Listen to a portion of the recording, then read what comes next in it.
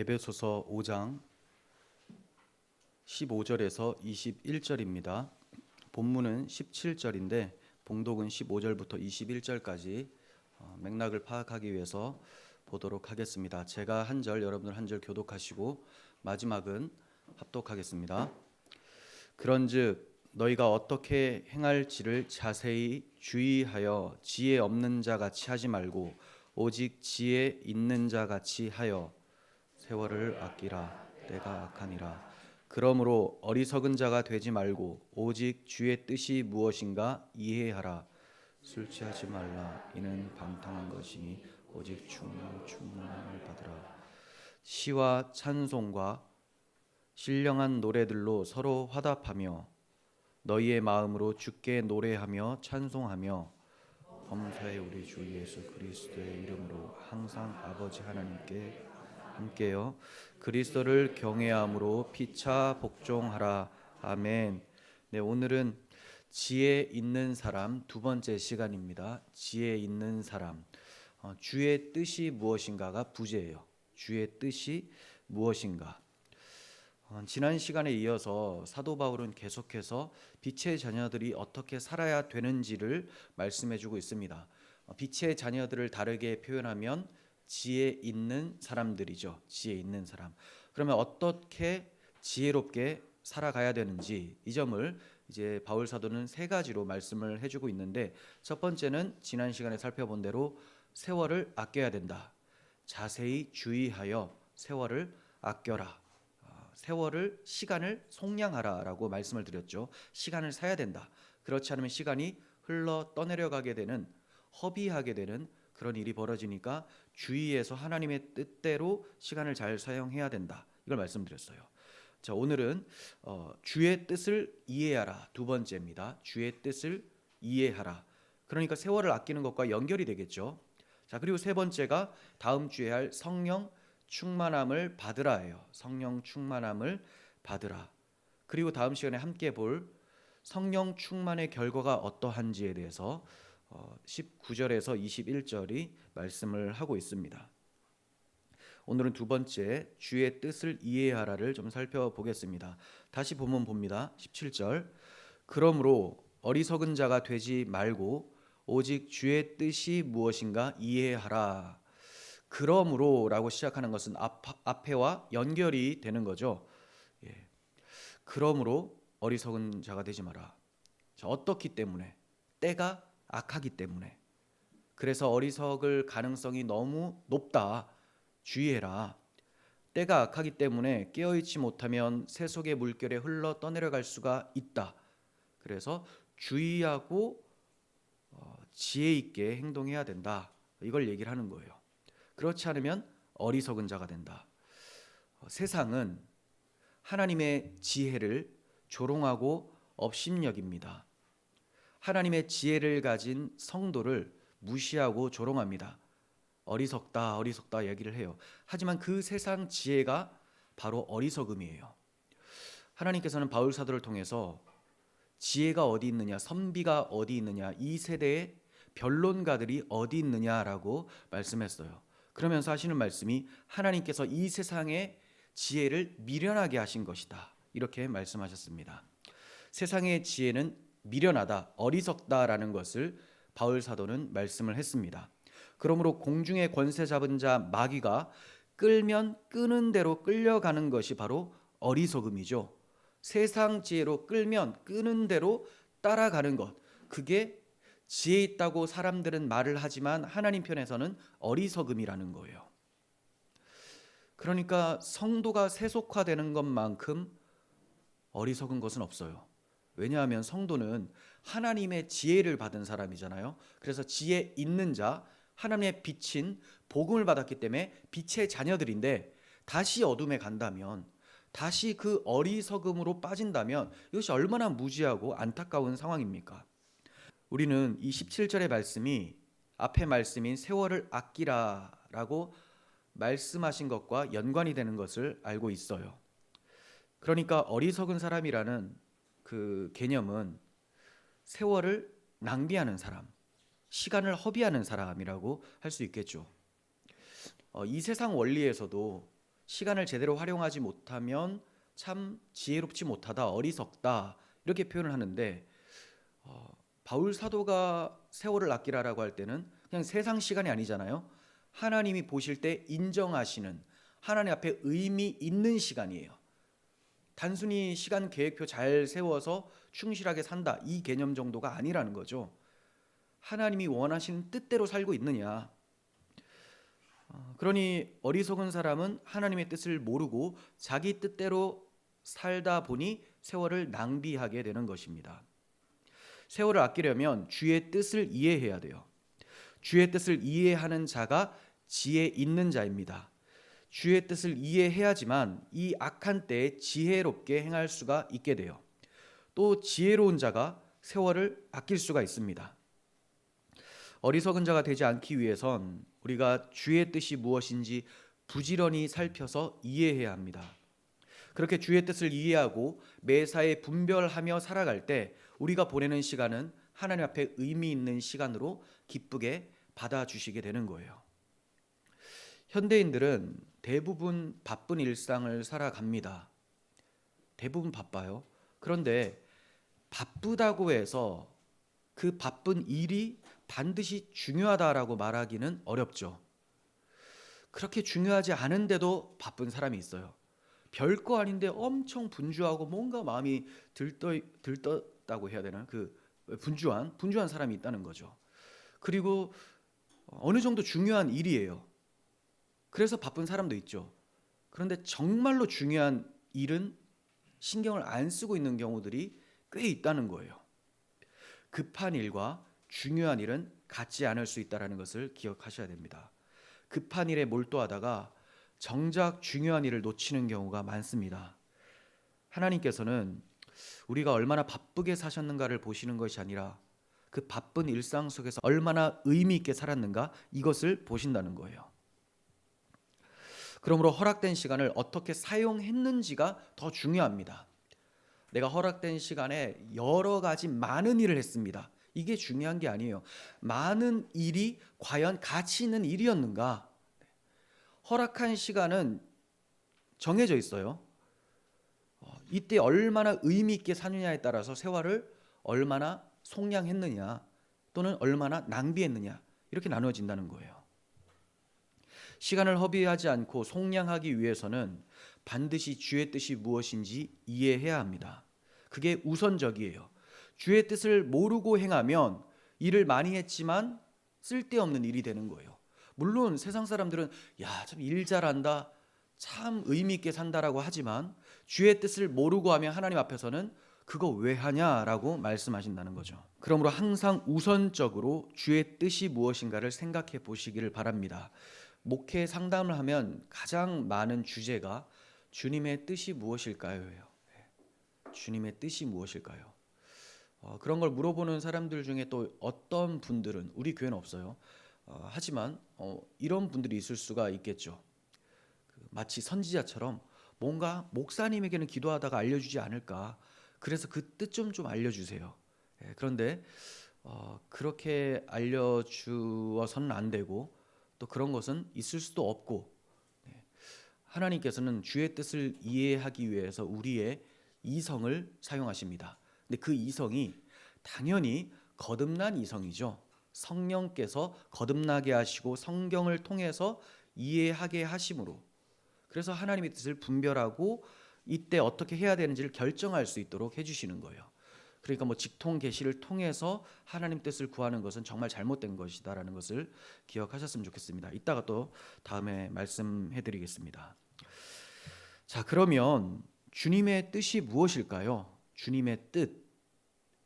주의 뜻을 이해하려면 주님의 뜻이라는 그 의미를 먼저 파악을 해야 되는데 주님의 뜻은 저는 크게 세 가지로 나눠요. 첫 번째, 가장 큰 주님의 뜻, 대표적인 뜻, 그리고 일반적인 주님의 뜻. 세 번째는 특수한 주님의 뜻입니다. 자, 이 점을 하나씩 말씀을 드리려고 하는데 가장 큰 주님의 뜻, 이게 당연히 제일 중요하겠죠. 이걸 모르면 뭐 그 뒤에는 다 무너지는 거예요. 그래서 그 뜻을 바울 사도가 에베소서에 처음부터 말씀을 해주고 있는 겁니다. 자, 봅니다. 에베소서 1장 9절에서 10절. 그 뜻의 비밀을 우리에게 알리신 것이요. 자, 이제 이 뜻이 되게 중요하죠. 이 뜻을 모르면 뒤에 아무 쓸모 없습니다. 그의 기뻐하심을 따라 그리스도 안에서 때가 천 경륜을 위하여 예정하신 것이니 하늘에 있는 것이나 땅에 있는 것이 다 그리스도 안에서 통일되게 하려 하심이라. 우리 지난번에 살펴보았어요.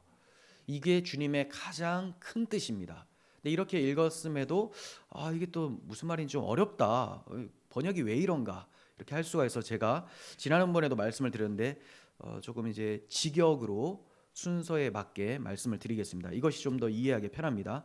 자, 다시 9절을 보시면 그의 뜻의 비밀을 우리에게 알리신 것은 그리스도 안에서 그의 기뻐하심을 따라 예정하신 것이었으니 때가 참에 경륜을 위하여 땅에 있는 것이 다 그리스도 안에서 통일되게 하려 하심이라.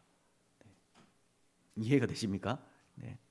그의 뜻의 비밀을 우리에게 알리신 것은, 왜 그 뜻의 비밀을 알리셨느냐?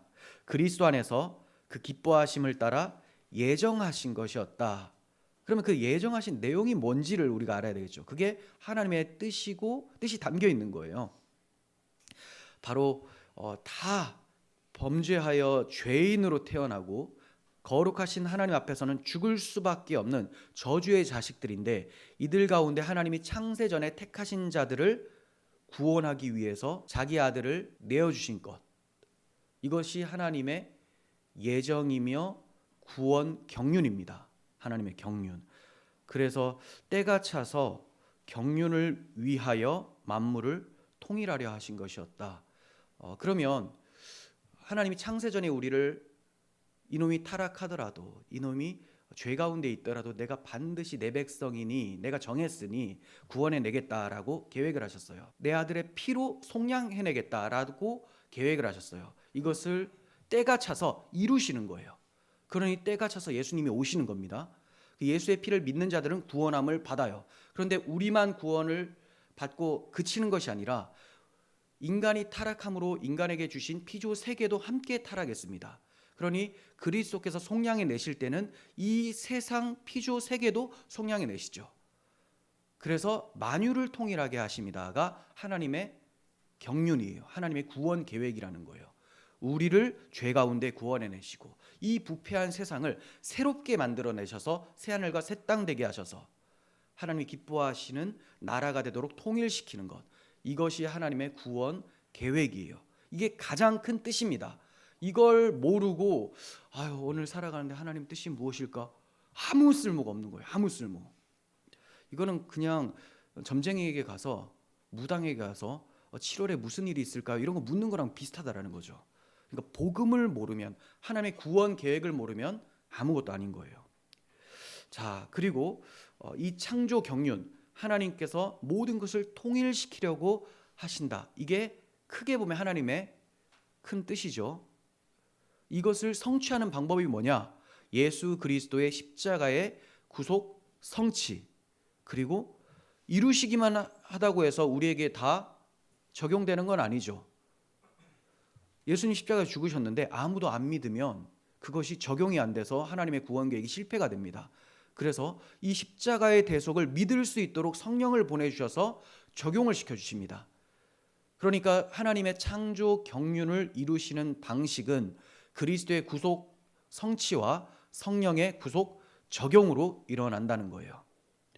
요한복음 6장 38절 보시면 그 구속 성취에 대해서 말씀합니다. 내가 하늘에서 내려온 것은 주님께서 성육신하신 목적이 뭐냐? 내 뜻을 행하려 함이 아니요 나를 보내신 이의 뜻을 행하려 함이니라. 그러니까 아버지의 뜻을 이루시기 위해서 예수님이 오셨다는 거죠. 예수님이 오신 목적, 오셔서 하신 일이 바로 아버지의 뜻이 되는 거예요. 자, 그게 뭔지 구체적으로 39절에 또 나옵니다. 나를 보내신 이의 뜻은 내게 주신 자 중에서 내가 하나도 잃어버리지 아니하고 마지막 날에 다시 살리는 이것이라.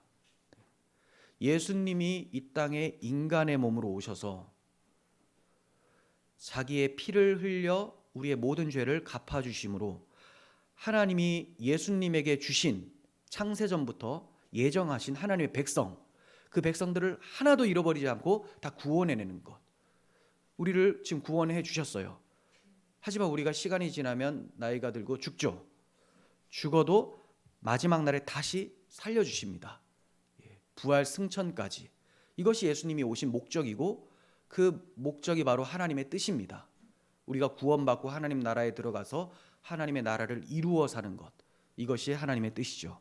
그래서 40절에서도 내 아버지의 뜻은 아들을 보고 믿는 자마다 영생을 얻는 이것이니 마지막 날에 내가 이를 다시 살리리라 라고 하십니다. 그러니까 이제 영생이라는 것이 뭐냐? 영생은 단순히 영원히 길게 사는 것이 아니라 예수님과 연합해서 예수님의 마음으로 영원히 사는 거예요. 단순히 길게 사는 것은 지옥에서도 그렇습니다. 그런데 지옥에서는 영생이라고 하지 않죠. 왜냐? 하나님의 생명, 그리스도의 마음이 없거든요. 하나님과 분리되어 영원히 사는 것은 산다고 하지 않고 죽음이라고 해요. 하나님과 교통하면서 영원히 사는 것이 영생이에요. 이렇게 예수님과 연합해서 예수님의 마음으로 영원히 사는 것이 영생이죠. 그러므로 지금 이곳에서 우리는 영생을 얻은 자처럼 주님의 마음을 품고 살아가야 마땅합니다. 그것이 하나님의 뜻이에요. 그러니까 마침내 우리가 영생으로 하나님 나라에 들어가게 되는 것, 이것이 하나님의 뜻이죠. 그렇다고 해서 지금 영생이 완성되지 않았다고 해서 우리가 영생을 가지지 않은 자라고 할 수는 없다는 거죠. 그 영생을 바라보며 지금도 영생 받은 자답게 그리스도의 마음을 품고 하나님 사랑, 이웃 사랑하며 살아내는 것, 하나님의 통치를 받으며 사는 것, 이것이 하나님의 뜻이에요. 자, 이것을 잘 행할 수 있도록 성경에 기록하여 가르쳐 주신 하나님의 뜻을 일반적인 뜻이라고 합니다. 다시 말씀드릴게요. 자, 가장 큰 뜻은 예수 믿어 구원받고 하나님 사랑, 이웃 사랑하며 예수님 닮아가는 삶, 이게 하나님의 뜻이죠. 그리고 일반적인 뜻은 이걸 잘 하기 위해서 어떻게 그러면 구체적으로 살아야 되는지 성경에 기록되어 있다는 거예요. 기록된 하나님의 뜻이 있습니다. 자, 이것은 모든 성도들에게 공통적으로 다 적용이 됩니다. 그게 일반적인 뜻이에요. 하지만 각 사람에게 주시는 특수한 뜻도 있어요. 이것은 성경에 기록되어 있지 않아요. 그러니까 권위가 약하겠죠. 일반적인 뜻은 절대권입니다. 성경에 있기 때문에. 이렇게 살라라고 하셨으면 그렇게 살아야 되는 거예요. 목사도 이렇게 살아야 되고 집사도 이렇게 살아야 되고 모든 예수 믿는 사람들 다 그렇게 사는 것, 이게 일반적인 뜻. 그리고 특수한 뜻은 상황과 그 대상에 따라서 달라질 수가 있는 거예요. 그래서 자신에게만 해당될 뿐 모든 이에게 이 특수한 뜻을 적용하려고 해서는 안 되는 겁니다. 자, 그러면 일반적인 뜻에 대해서 조금 더 말씀을 드리겠습니다. 성경에서 말씀하고 있는 뜻인데 본질적인 겁니다. 본질적인 거. 시대와 종족과 문화와 모든 계층을 초월해서 하나님의 백성이라면 다 적용되는 것. 그러니까 일반적인 뜻을 모르고 행한다면 무의미하게 되겠죠. 바울은 로마서에서 하나님의 뜻이 무엇인지를 말씀해 주고 그 뜻을 분별하라고 또 말씀을 합니다. 그게 로마서 12장 1절 2절이에요. 그러므로 형제들아 내가 하나님의 모든 자비하심으로 너희를 권하노니 너희의 몸을 하나님이 기뻐하시는 거룩한 산 제물로 드리라. 기뻐하시는 거룩한 산 제물로 드리라. 이거 하나님의 뜻이죠. 이따 정리해서 말씀드리겠습니다. 이는 너희가 드릴 영적 예배니라. 영적 예배가 하나님의 뜻이죠. 너희는 이 세대를 본받지 말고, 하나님의 뜻입니다. 오직 마음을 새롭게 함으로 변화를 받아. 이것도 하나님의 뜻이에요. 모든 성도는 다 마음을 새롭게 함으로 변화를 받아야 되는 거예요. 하나님의 선하시고 기뻐하시고 온전하신 뜻이 무엇인지 분별하라. 하나님의 뜻은 그냥 성경 읽으면 보여져요. 이게 일반적인 뜻입니다. 그러므로라고 시작을 했어요. 바울 사도가. 로마서 1장부터 10장 11장까지 복음 진리에 대해서 설명합니다. 마치 에베소서 1장부터 3장까지가 복음 진리, 교리에 대해서 말씀한 것처럼, 그리고 12장부터 복음을 받은 자가 어떻게 살아야 되는지 실천에 대해서 말씀하는 거예요. 그래서 그러므로라고 할 때는 하나님의 대표적인 뜻, 이걸 알고 받은 너희들, 그러니 이제 일반적인 뜻을 얘기하겠다, 이렇게 되는 거예요. 이해가 되시죠? 복음이 제일 중요합니다. 그리고 복음을 받았다면 이런 식으로 살아라 라고 말씀하는 거예요. 크게 세 가지로 나누면, 첫 번째, 거룩한 산 제물이라고 말씀하신 것처럼 우리가 거룩하게 사는 것, 이것이 하나님의 뜻입니다. 두 번째, 기뻐하시는 거룩한 산 제물이라고 하셨죠. 하나님께서 기뻐하시는 삶을 사는 것. 어떻게 하면 주님께 기쁨을 드릴 수 있을까? 주께서 기뻐하시는 것이 무엇인지 분별해야 되는 것이죠. 세 번째, 거룩한 산 제물로 드리라라고 했어요. 헌신의 삶이 필요합니다. 거룩한 삶, 하나님을 기쁘시게 하는 삶, 그리고 헌신의 삶, 이게 일반적인 하나님의 뜻입니다. 모든 성도들은 그러해야 돼요. 조금 더 살펴보겠습니다. 데살로니가전서 5장 18절, 범사에 감사하라. 네. 이것은 그리스도 예수 안에서 너희를 향하신 하나님의 뜻이니라. 불신자에게 그래도 감사해야 돼, 적용이 안 됩니다. 도대체 불신자, 믿음이 없는, 하나님을 모르는 사람이 누구에게 감사한다는 말입니까? 그러니 그리스도 예수 안에서 너희를 향하신 하나님의 뜻이다. 우리는 범사에 감사해야 돼요. 항상 모든 일에 범사에. 에베소서 4장 30절, 하나님의 성령을 근심하게 하지 말라. 그 안에서 너희가 구원의 날까지 인치심을 받았느니라. 성령을 근심시켜 드려서는 안 됩니다. 이게 하나님의 뜻이에요. 성령은 어떨 때 근심하실까요? 거룩한 하나님의 영이시니 죄를 미워하시겠죠. 죄와 함께 할 수 없어요. 그래서 우리가 죄를 지을 때 성령께서 근심하세요. 성령이 근심하시면 성령의 역사가 점점 소멸되죠. 그래서 성령을 소멸치 말고라는 또 말씀이 나오게 되는 거예요. 이 부분은 다음 주에 성령 충만에 대해서 말씀할 때 좀 더 설명하겠습니다. 에베소서 5장 1절, 그러므로 사랑을 받는 자녀같이 너희는 하나님을 본받는 자가 되라. 하나님의 뜻은 하나님을 본받는 자, 아버지를 본받아야 되겠죠. 물론 이 육신의 아버지가 너무 이상하고 형편없으면 본받으면 안 되죠. 그런 모습은. 그런데 우리 영적 아버지 하나님은 이 완전하신 하나님, 그 아버지의 성품을 닮아가고자 하는 것은 마땅히 자녀의 몫이라는 거죠. 너무나 분명한 하나님의 뜻입니다. 범사에 감사해야 되고, 성령을 근심케 하면 안 되고, 아버지 하나님을 본받아서 살아야 되겠다. 이거 어떻게 할까요? 라고 물을 때, 하나님이라면 무엇을 선택하실까? 예수님이라면 어떻게 하실까? 고전 중에 예수님이라면 어떻게 하실까라는 책이 있죠. 항상 그것을 생각해 보는 거예요. 자, 이런 삶을 살도록 여러분은 사모하시기를 바랍니다.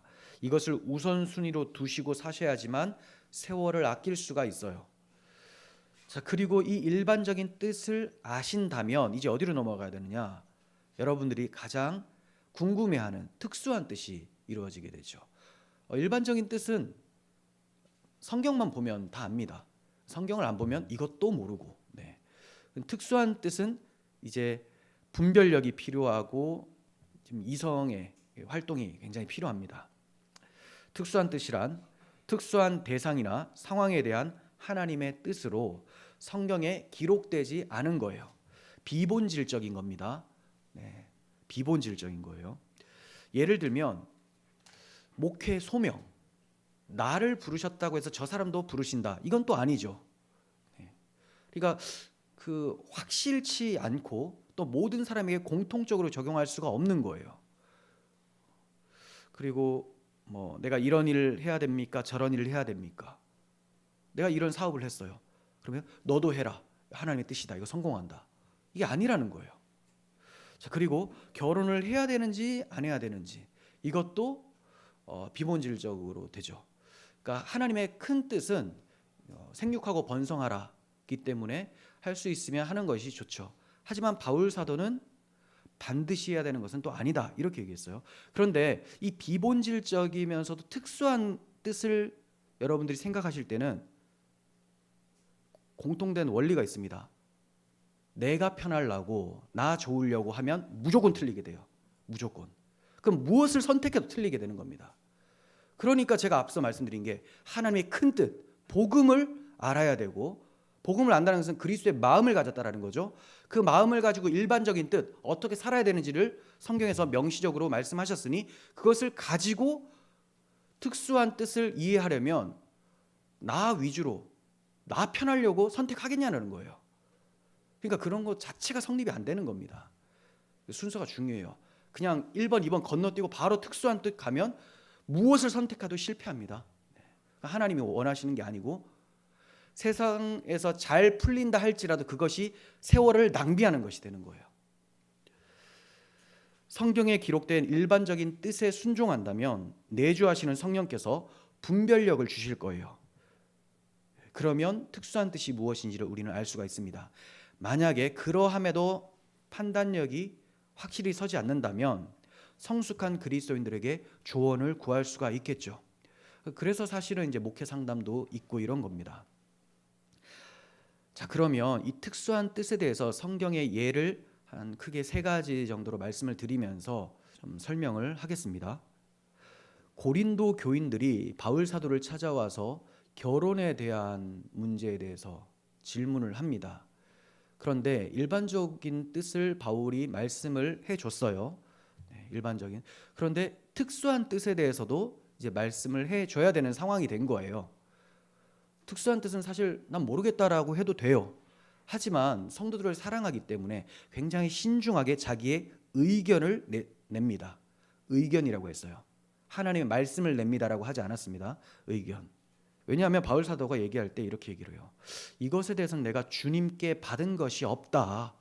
그러니 주의 성령을 내가 가지고 있으니 내가 주의 성령께서 성경의 전반적인 원리를 조명해 주시는 대로 내가 이것을 해석해서 한번 내 의견을 얘기해 보겠다. 꼭 이렇게 하지 않아도 괜찮지만 나는 이것이 맞는 것 같다. 이렇게 얘기를 하는 거예요.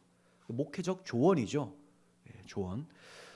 고린도전서 7장 25절 이하를 봅니다. 쉬운 성경으로 봅니다. 이제 여러분이 편지에 언급한 결혼하지 않은 처녀들에 관해 말하고자 합니다. 이 부분에 대해서는 특별히 주님으로부터 받은 명령이 없습니다. 하지만 나는 주님의 자비하심을 힘입어 믿을 만한 사람이 되어 의견을 제시하고자 합니다. 그러니까 얼토당토하는 소리 하는 건 아니고 이건 주님의 일반적인 뜻 위에 세워지는 그런 이제 의견입니다. 이런 거예요. 자, 의견을 제시하고자 합니다. 그러니 제가 괄호에서 특수한 뜻이라고 써놨죠. 26절 현재 겪고 있는 위기를 생각하면 이 위기는 뭐냐? 기독교 박해 그리고 많은 교리적 혼란 위기를 생각해 보면 결혼하지 않은 사람은 현재대로 지내는 것이 더 좋다고 생각합니다. 아내가 있는 사람이 있습니까? 아내와 헤어지려 하지 마십시오. 아내와 헤어졌습니까? 아내를 구하려고 하지 마십시오. 자, 이 부분 말씀드릴게요.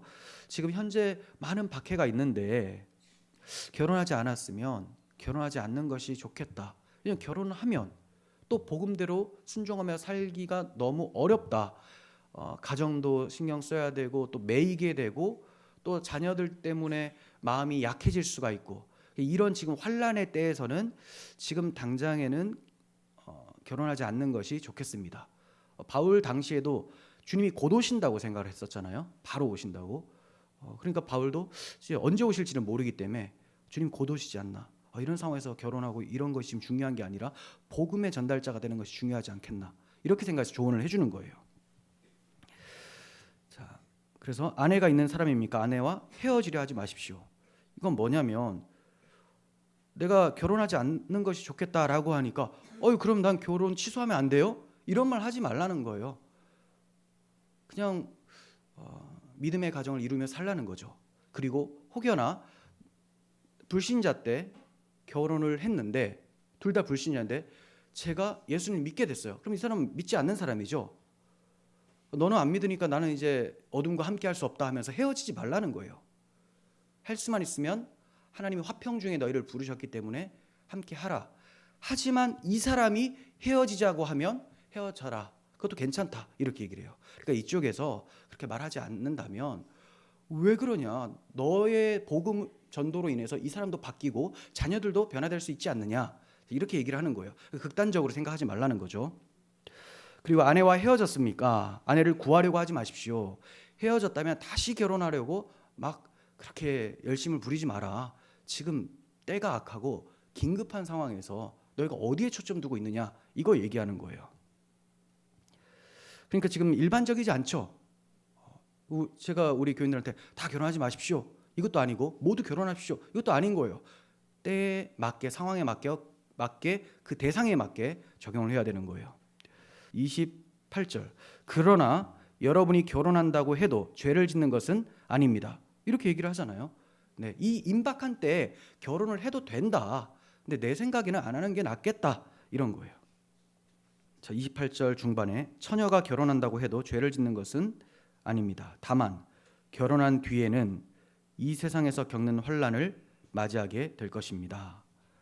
자, 결혼한 후에 이제 많은 환난이 찾아오게 될 텐데 결혼 생활로 인해서 더욱 어려워질 수 있다. 예. 나는 여러분을 아껴서 이런 말을 하였습니다. 네. 그리고 39절로 쭉 넘어가면 여자는 남편이 살아있는 동안에는 남편에게 매인 몸입니다. 네. 그리스도 안에서 결혼을 했다면 이혼하지 말라는 거예요. 그러나 남편이 죽으면 자기가 원하는 사람과 자유롭게 할 수 있습니다. 불신자도요? 아니죠. 단 남편 될 사람은 반드시 주님을 믿는 사람이어야 합니다. 이것은 일반적인 뜻이에요. 이건 일반적인 뜻. 이건 지금 바울의 의견이 아닙니다. 자, 그리고 이것은 내 판단입니다만. 자, 그러니까 이거는 39절을 말하는 게 아닙니다. 이제 말할 걸 얘기를 하는 거예요. 내 판단입니다만 그런 여자는 재혼하지 않고 혼자 지내는 것이 더 행복할 것 같습니다. 지금 이제 남편이 죽어서 믿음의 가정을 이루고 있다. 남편이 죽었어요. 그럴 때 재혼하지 않고 혼자 지내는 것이 더 행복할 것 같습니다. 왜냐하면 때가 악하고 많은 어려움이 있으니 나에게도 하나님의 성령이 있다고 생각합니다. 이게 절대 진리는 아니지만 내가 성령을 의지해서 여러분들에게 비성경적인 것을 얘기한 건 아니니 참고하시길 바랍니다. 이렇게 얘기를 한 거예요. 이해가 되시죠? 네. 자, 그래 특수한 뜻은 이러한 상황이 있고 우리가 어떻게 좀 생각을 해야 되는지를 좀 배웠습니다. 두 번째, 이제 바울 자신의 사례예요.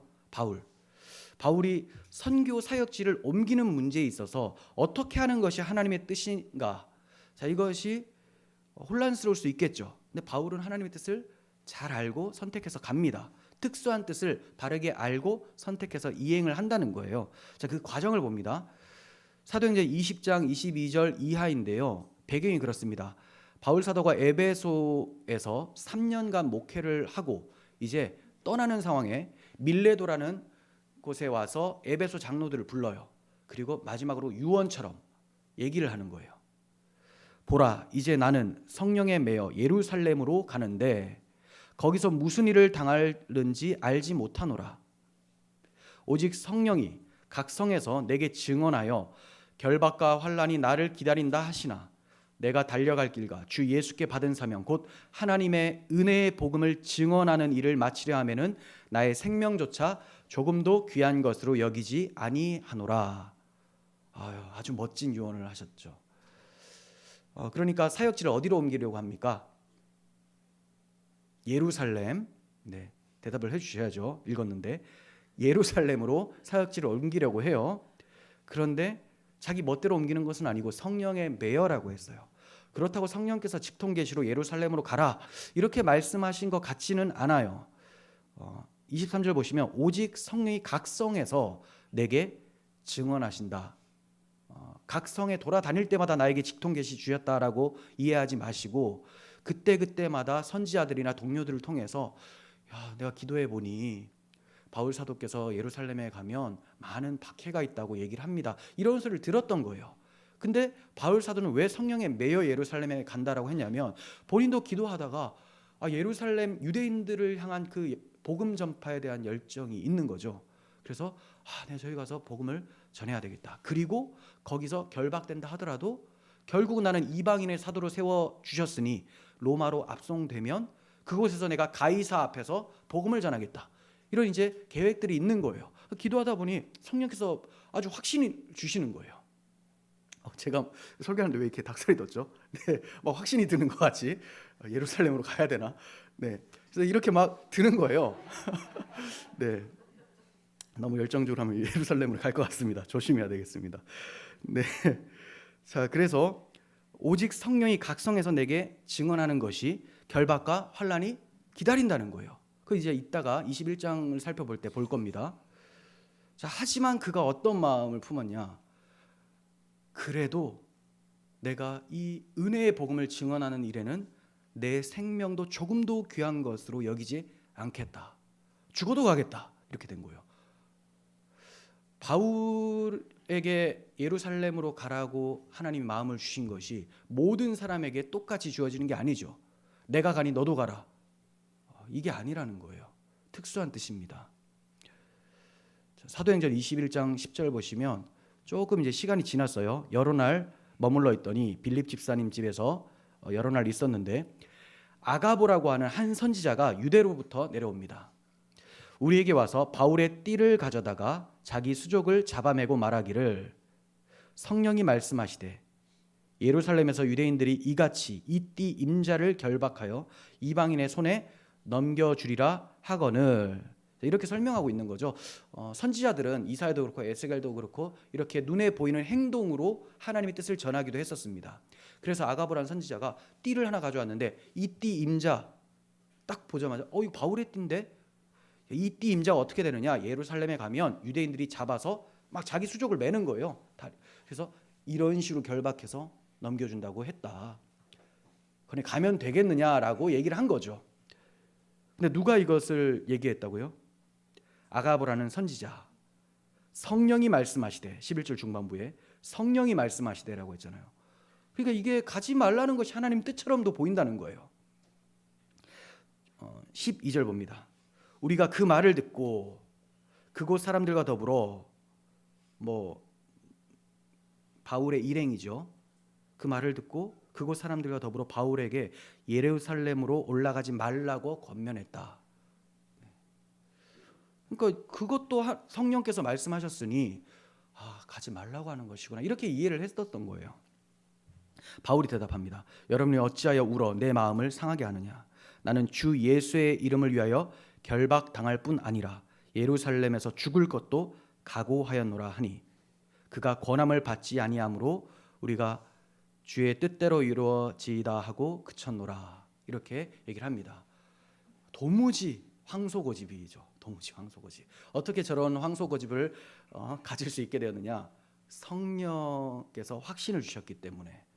그런데 혼란스러울 수 있어요. 성령이 결박과 환난이 기다린다고 말씀하셨으니까. 그럼 이걸 어떻게 해석해야 될까요?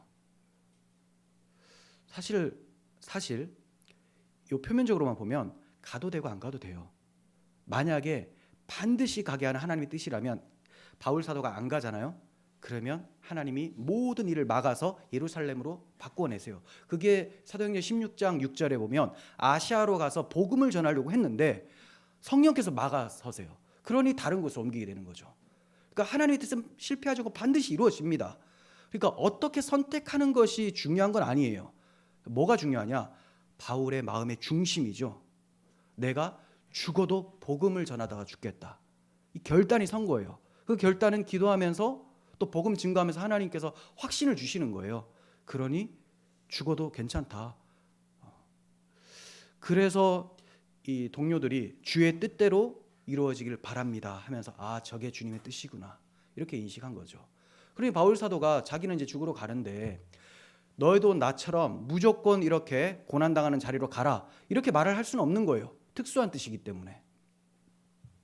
그러니까 일반적인 뜻, 거룩함, 하나님께 항상 감사함, 그리고 하나님 본받는, 예수 그리스도를 본받는 삶, 이것이 되면 어떤 일을 판단할 때 내가 나에게 주시는 마음으로 결정을 하시면 되는 거죠. 네. 그런데 거룩함 그리스도의 마음은 빼버리고 가야 되나 말아야 되나, 안 가도 죄고 가도 죄인 거예요.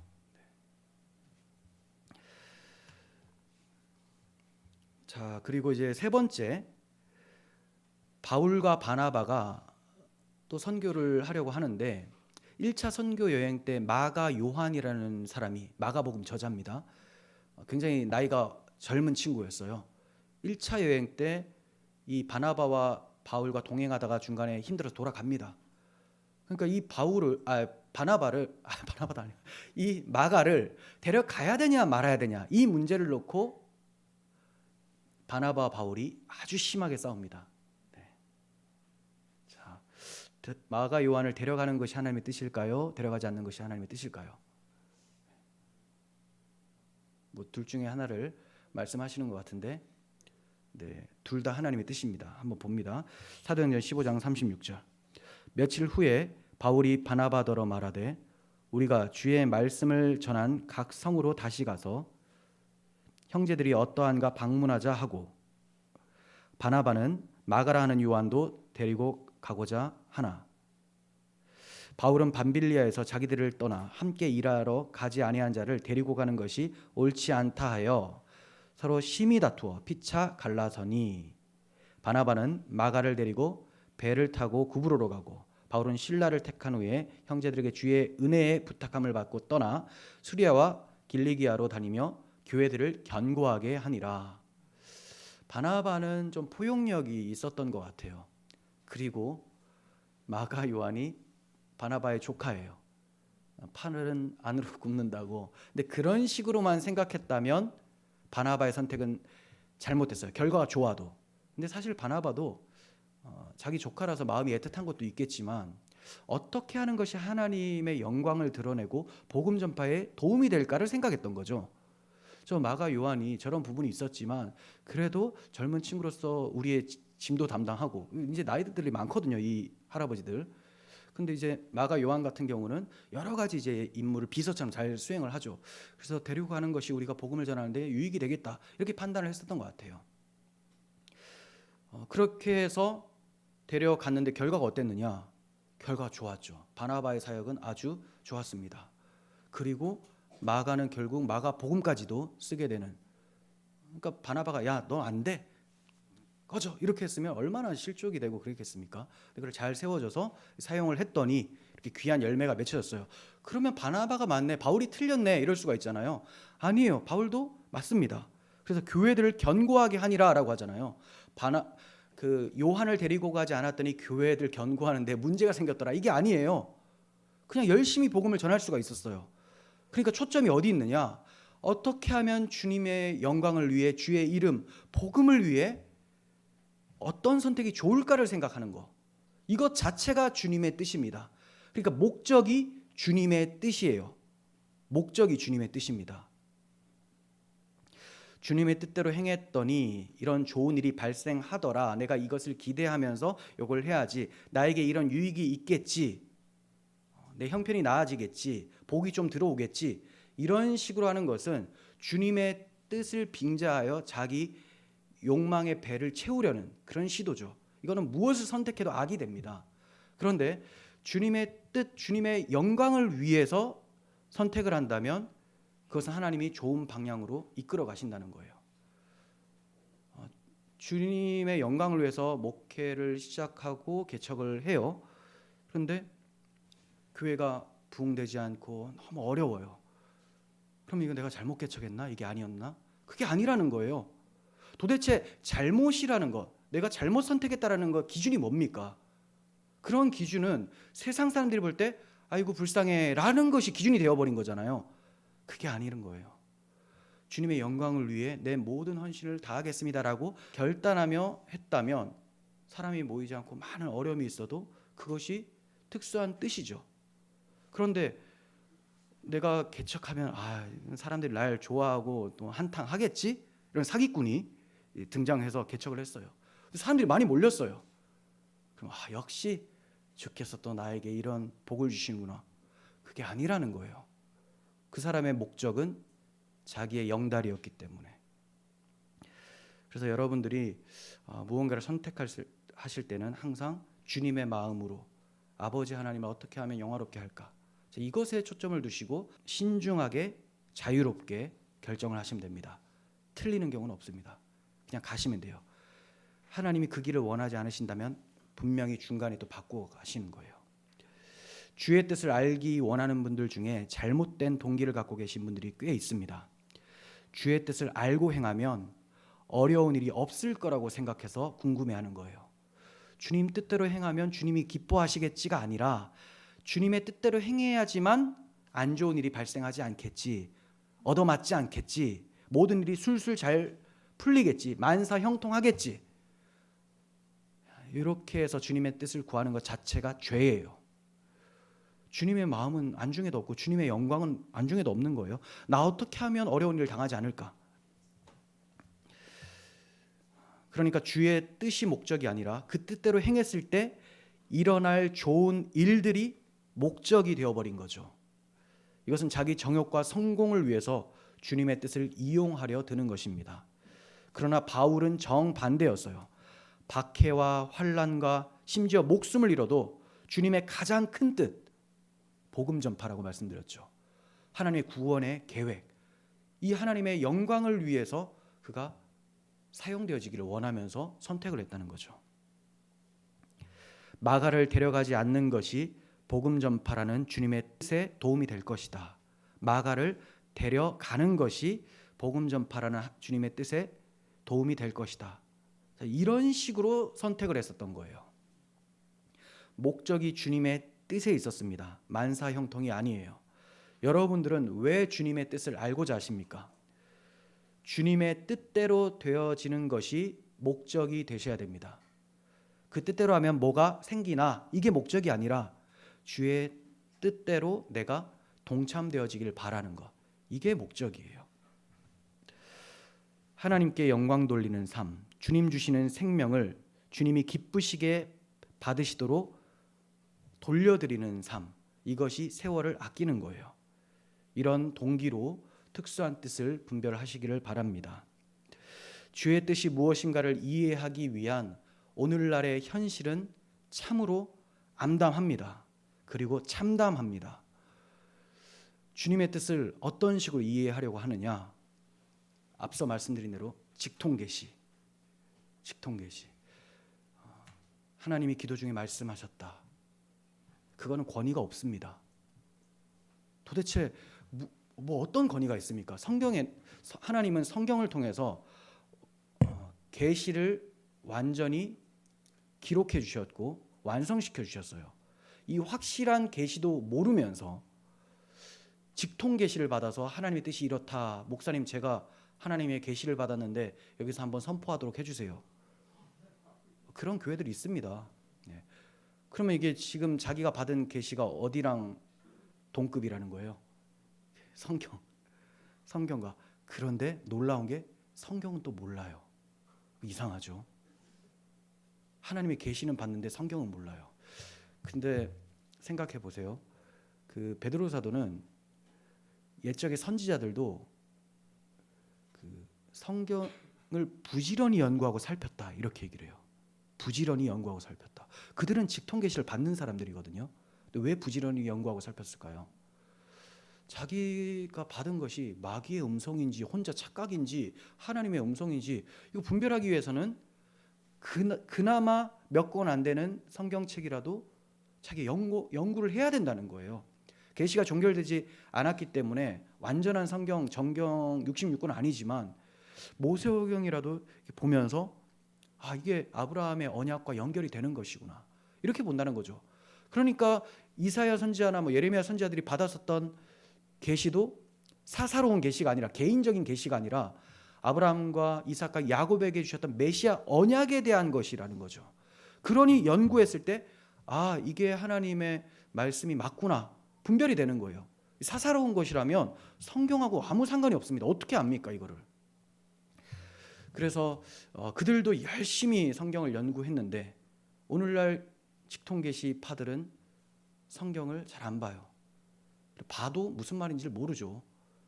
성경 전체를 구속사적인 관점으로 연결을 시키질 못하니 이 본문 저 본문 다 다른 말씀. 그러니 설교 때도 자기가 이번 주에 한 설교와 다음 주에 한 설교가 막 충돌이 되고, 더 놀라운 것은 그 시간에 하는 그 한 시간 동안 하는 사이에도 충돌이 돼요. 이게 뭡니까? 근데 교인들이 그걸 잘 몰라요. 왜냐하면 아멘 하기에 바빠가지고. 한 8분 정도 계속 성령 불 하는데 아멘 아멘 아멘 하니까 성령 불이 뭔지를 모르는데 그냥 아멘이죠. 그러니까 느낌 신학. 성령 불 뜨겁다. 지금 내가 뜨거워지고 있어. 핫팩 하나씩 딱 되면 다 뜨거워지잖아요. 그 뜨거움이 중요한 게 아니라 그리스도의 복음으로 마음이 뜨거워져야 되는데 그냥 어떤 신비한, 그래서 신비주의가 돼버리는 거예요. 직통 게시파 2단입니다. 조심하셔야 됩니다.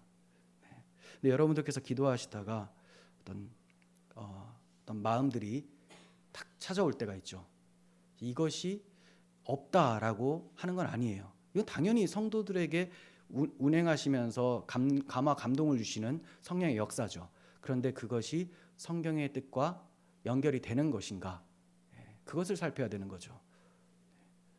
그리고 뭐 예를 들어 기도를 하는데 저 집사님이 생각이 나요. 저 집사님에게 좀 도움을 주고 싶은 마음이 생겨요. 자, 여기까지 좋아요. 비성경적인 건 아니잖아요, 그죠? 도움을 주는데 저 집사님한테 가서 쥐어박으라, 이거는 비성경적이에요. 그러니까 이건 아니에요. 근데 저 집사님을 위해서 기도하고 싶고 어떻게든 도와주고 싶어요.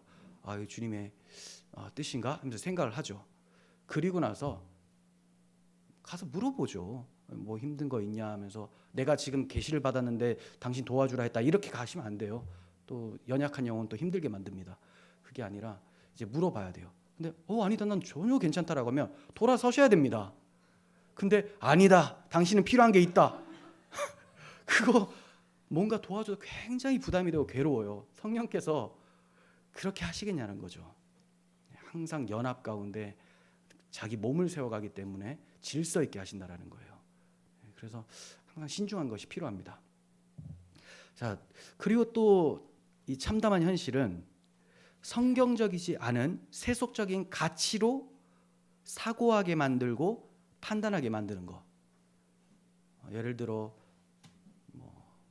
전도를 하는데 이 십자가 복음이 원색적으로 드러나니까 사람들이 싫어하더라. 그러니까 이런 거 말고 그냥 예수 믿으면 행복합니다, 이 정도만 쓰자. 예수 믿으면 여러분의 삶이 변합니다, 이렇게. 사실 그런 전도지 많이 봤잖아요. 복음이 없으면 안 되죠. 왜 행복합니까? 왜 변합니까? 복음 때문에 변하는데 그걸 빼버리고 얘기를 한다면 이거 완전 호객행위잖아요. 와봐라. 그래서 찬양 중에서도 그런 게 있어요. 무슨 찬양인지 얘기를 하지 않겠지만 인기가 엄청 많은 찬양인데 여러분들도 좋아하실 거예요. 그리고 아주 곡을 탁월하게 쓰시는 분인데, 그냥 너무 저도 참 처음에 듣고 너무 곡 잘 쓴다. 그런데 자세히 보니까 좀 이상해. 너무 따뜻하고 좋은 것 같은데 찬송가는 항상 대속에 복음이 들어가 있죠. 그러니까 일반 사람들이 듣기 싫어요, 이거. 그 피로 속죄야 뭐 어떤 데인데 뭐야 이게, 피가 왜 나와, 이렇게 돼요. 근데 거기서 뭐 화려하지 않던지 그래도 행복하다, 이렇게 되면 뭐가 행복인지 또 뭐가 은혜인지, 지금까지 한 해를 돌아보니 하나님께서 나에게 이렇게 하셨다, 이거 참 은혜였습니다, 이렇게 얘기를 해요. 뭐가 은혜입니까? 뭐가? 그 일반 은총만 은혜인 거예요. 불신자들도 할 수 있을 만한. 그러니까 십자가 대속이 나의 핵심의 은혜이고, 이 대속을 받은 자들을 하나님이 대속의 복음을 누리게 하시기 위해서 한 해를 지켜주신 건데, 이 복음은 빼버리고 지켜주신 것만 생각하면서 한 해를 돌아보니 나를 이렇게 도우셨네요. 이게 무슨 은혜입니까? 그래서 이런 것들은 세속적 가치로 판단하는 거죠. 물론 그분이 그렇게 만들었다, 이건 잘 모르겠어요. 근데 왜 모든 곡에 다 그런지 제가 좀 이해가 안 갑니다. 그래서 어떤 것을 분별하고 판단할 때는 항상 성경적인가를 이성적으로 판단하셔야 돼요. 교회에서 이러한 프로그램을 하는 것이 과연 성경적인가? 그런데 사람만 많이 모이면 된다, 실용주의, 결과주의, 성과주의, 이쪽으로 나아가면 안 된다는 거죠. 사람도 잘 모일 수 있도록 하면서 성경적이냐, 이게 금상첨화죠. 예. 사람 뭐 모이는 건 필요 없어, 이건 또 비성경적이에요. 그런 고집스러움이 경건함이 아니라 비성경적입니다. 어떻게든 복음을 많이 전할 수 있도록 하는 것은 중요해요. 하지만 하나님의 뜻 가운데서 그렇게 해야 되는 거지, 세속적인 사고를 가지고 들으면 안 되죠. 오늘날은 성경 연구와 성령의 조명하심에 의한 이성적 사고를 업신여깁니다. 그러니까 제가 지금 설교한 대로 이런 식으로 여러분 분별하셔야 됩니다라고 하면, 아유, 저게 뭐야? 아까 2번에서 말씀드렸던 그 세속적 사고로 판단하는 사람들은 아유, 어리석다, 어리석어, 이렇게 생각할 것이고, 첫 번째 직통 게시파들은 아유, 답답해, 저래가지고 언제 하고 있느냐, 그냥 바로 불받으면 될 거를, 이렇게 가는 거죠. 그런데 주의 뜻이 무엇인가 이해하라라고 하셨을 때, 이해하라라는 헬라어 단어 쉬니에테라는 단어는 어떤 것에 마음을 기울여 파악하다, 노력을 쏟다라는 의미예요. 그러니까 너희가 하나님의 뜻을 힘들여서 노력해서 마음을 기울여서 어떻게든 파악을 해라, 이거예요. 직통계시 아니죠. 그리고 하나님의 뜻이라면 성경적이어야 되겠죠. 1번, 2번이 다 나가게 되는 겁니다. 그래서 우리는 노력을 해야 돼요. 그래서 여러분들이 열심히 설교도 들으시고 그러한가 아닌가를 머리로 이성적으로 생각하셔야 돼요. 우리 목사님이 말하니 무조건 맞겠지. 뇌를 내버려 두고 신뢰하는 것은 저를 모독하는 것이 되고 하나님 말씀을 모독하시는 것이 됩니다. 왜냐하면 이해하셔야지 저도 보람이 있죠. 열심히 준비했는데 정말 그러네, 이래야지 이해가 되지. 무조건 맞겠거니, 그러면 제가 그렇게까지 뭐 열심히 왜 그러겠습니까? 불 받으면 되지. 그래서 항상 그러한가 아닌가 깊이 연구를 하시고 이해를 하셔야 되는 거예요. 그리고 성경을 보실 때도 통독도 하시고 속독도 하시고 정독도 하시고, 앞에 문맥과 연결도 하시고, 그리고 나의 삶에 연결해서 하나님의 특수한 뜻이 무엇인가도 고민해 보시고, 정 어려우면 이제 신뢰할 수 있는 성숙한 분들에게 또 조언도 구하시고, 아무에게나 아닙니다. 성숙한, 아무에게나가 아니에요. 여러분, 성경에 기록된 분명하고 확실한 일반적인 뜻을 먼저 추구하시길 바랍니다.